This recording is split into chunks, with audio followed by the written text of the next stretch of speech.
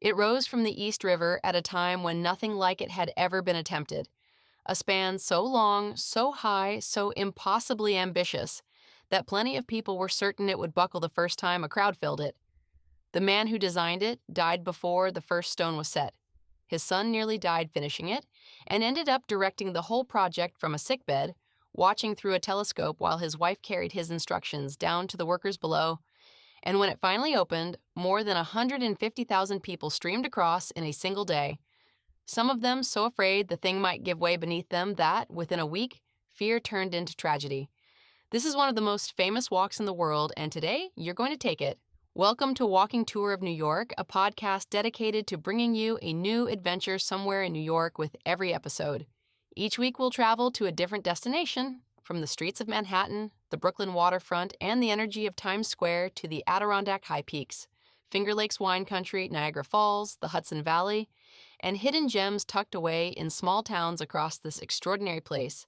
If you're gearing up for your own trip, head over to northstartravelers.com, where you'll find gear recommendations to help you travel smarter, plus a full list of our other podcast shows covering destinations around the world. If you love discovering new places and planning your next adventure, follow the podcast so you never miss an episode. And if you're enjoying the show, leaving a positive review goes a long way in helping others find it. Now let's explore New York. You're standing at the edge of Lower Manhattan in the old Civic Center district, where the rush of downtown, the buses, the sirens, the hurry of people heading somewhere begins to soften behind you. Ahead, two enormous towers of stone rise into the sky above the East River, laced together by a vast web of steel cable in a shape that has become one of the most recognizable on Earth. This is the Brooklyn Bridge, and the path you're about to follow doesn't run beside the traffic. It runs above it on a wooden walkway lifted into the air for a single, almost romantic reason. The man who imagined this place wanted the people crossing on foot to have the finest view of all. That man was John Augustus Roebling, a German immigrant and one of the most gifted engineers of his century. When he laid out his plans, he insisted on raising the promenade above the roadway, calling it something that would be, in his words, of incalculable value in a crowded commercial city. He was right in a way he never lived to see. More than a century later, you and thousands of others each day climb up onto these planks, not to get somewhere faster, but simply to be here, suspended between two boroughs with the whole harbor spread out around you. Before you take your first steps out over the water, it helps to picture what this place was before the bridge existed. You're in New York City, of course, but the far shore ahead of you was once a separate city entirely, the city of Brooklyn, the third largest in the entire country at the time.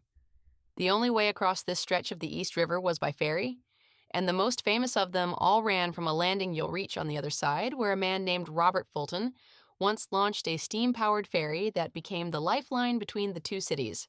It worked well enough until winter came and the river choked with ice, stranding commuters and freezing commerce solid. The dream of a permanent crossing had been floated for decades. It took John Roebling to make it real, and it nearly cost everything. While Roebling was surveying the site for the towers, standing at the edge of a ferry slip, an incoming boat crushed his foot against the pilings. The injury turned to tetanus, and within weeks before construction had truly begun, he was dead. The most ambitious bridge ever conceived had lost its designer at the very start. The work passed to his son, Washington Roebling, who was only 32 years old and who would spend the next 14 years of his life paying for it. Some of the hardest work happened in a place you can't see from up here, deep below the riverbed, inside enormous wooden chambers called caissons. Picture an immense upside-down box sunk to the bottom of the river and pumped full of compressed air to hold back the water, while crews dug down through mud and rock by lantern light to reach solid ground for the towers. It was dark, dangerous, and strange work, and the men who did it began coming up sick, struck by crippling pain, paralysis, and worse. Nobody yet understood what we now call decompression sickness, the bends brought on by surfacing too quickly from that pressurized air. Washington Roebling himself went down into the caissons again and again, and one day he came up and never fully recovered. He was left partially paralyzed, in constant pain, often unable to leave his room. Here is where one of the most remarkable figures in the whole story steps forward. Washington's wife, Emily Warren Roebling. With her husband confined to their home in Brooklyn Heights, Watching the construction through a telescope from his window, Emily became his voice on the site. She taught herself the mathematics and the engineering, carried his detailed instructions to the chief assistants, fielded questions from contractors and city officials, and for years effectively managed the day-to-day completion of the largest engineering project in America. When skeptics doubted whether the ailing Washington was still truly in charge, it was Emily who held the whole enterprise together. When the bridge was finally ready, she was given the honor of being the very first person to ride across it, and she carried a rooster in her lap as a symbol of victory. As you walk now, look up at the cables fanning out from the towers like the strings of an enormous harp. There's a story hidden in that wire, too. Partway through construction, it came to light that a contractor had been quietly substituting inferior, weaker steel wire than what the contract called for. And by the time it was discovered, much of it was already woven into the cables and impossible to remove. Roebling's response tells you everything about how this bridge has survived for so long. He had designed it to be roughly 6 times stronger than it strictly needed to be. So even with the bad wire mixed in, it remained 4 times stronger than required.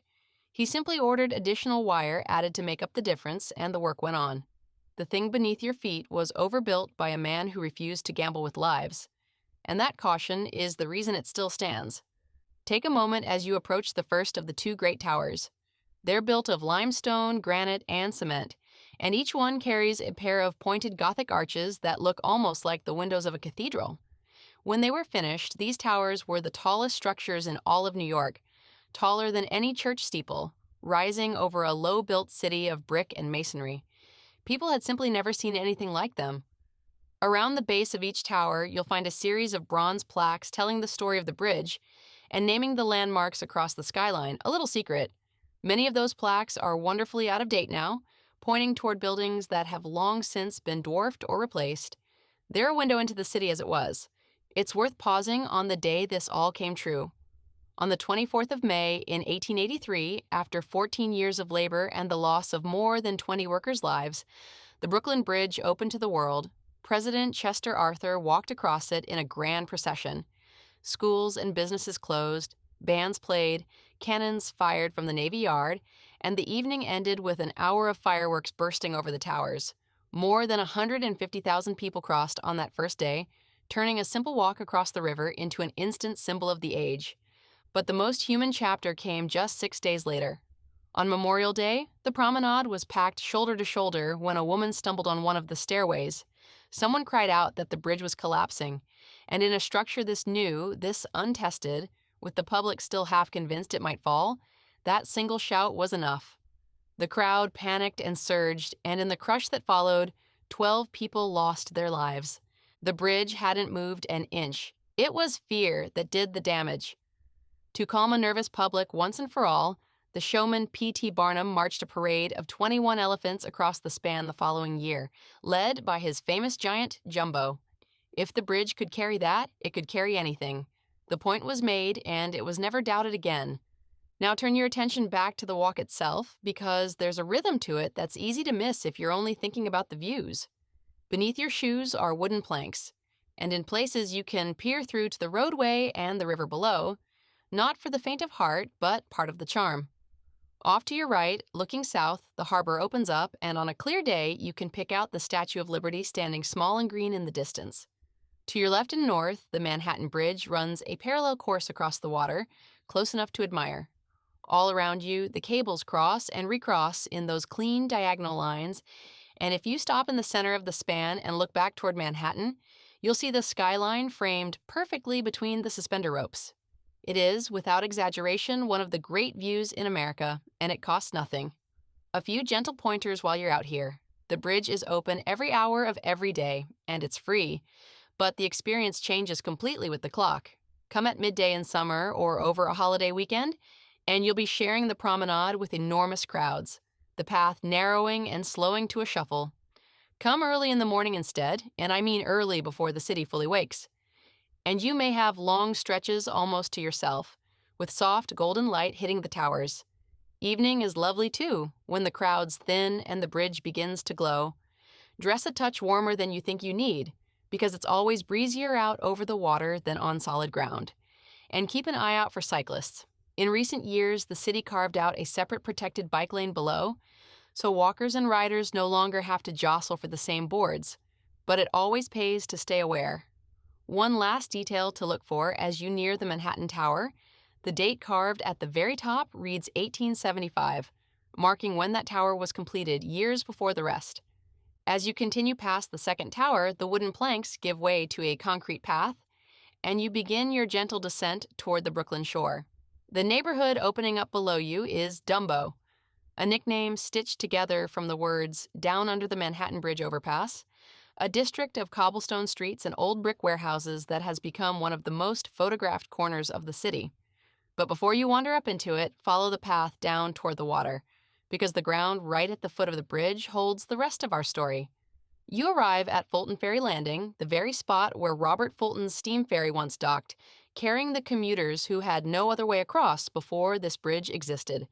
That ferry service faded once the bridge took over, and finally stopped altogether in the 1920s, only to return beautifully in our own century, with passenger ferries once again pulling up to this landing.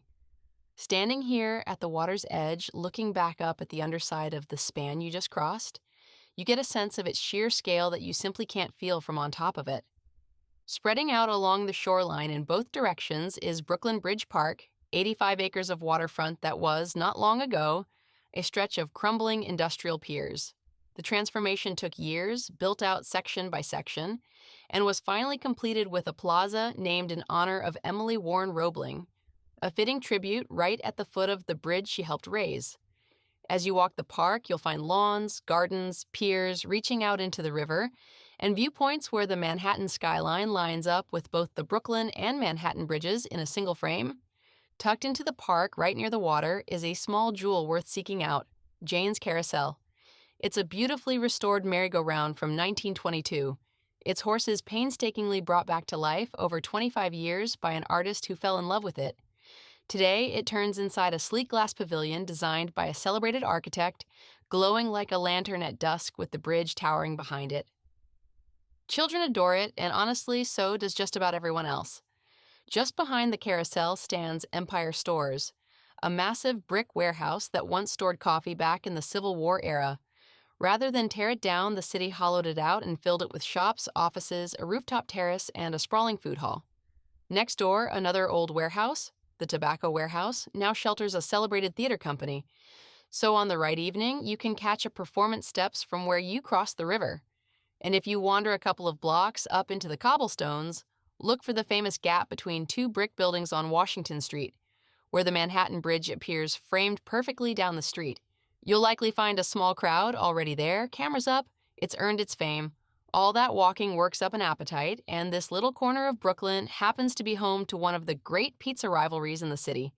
Within steps of each other on Old Fulton Street, you'll find Giuliana's and Grimaldi's, two coal-fired pizzerias with a tangled shared history, and a devoted following on both sides. The honest local advice is to simply choose whichever has the shorter line. You really can't lose.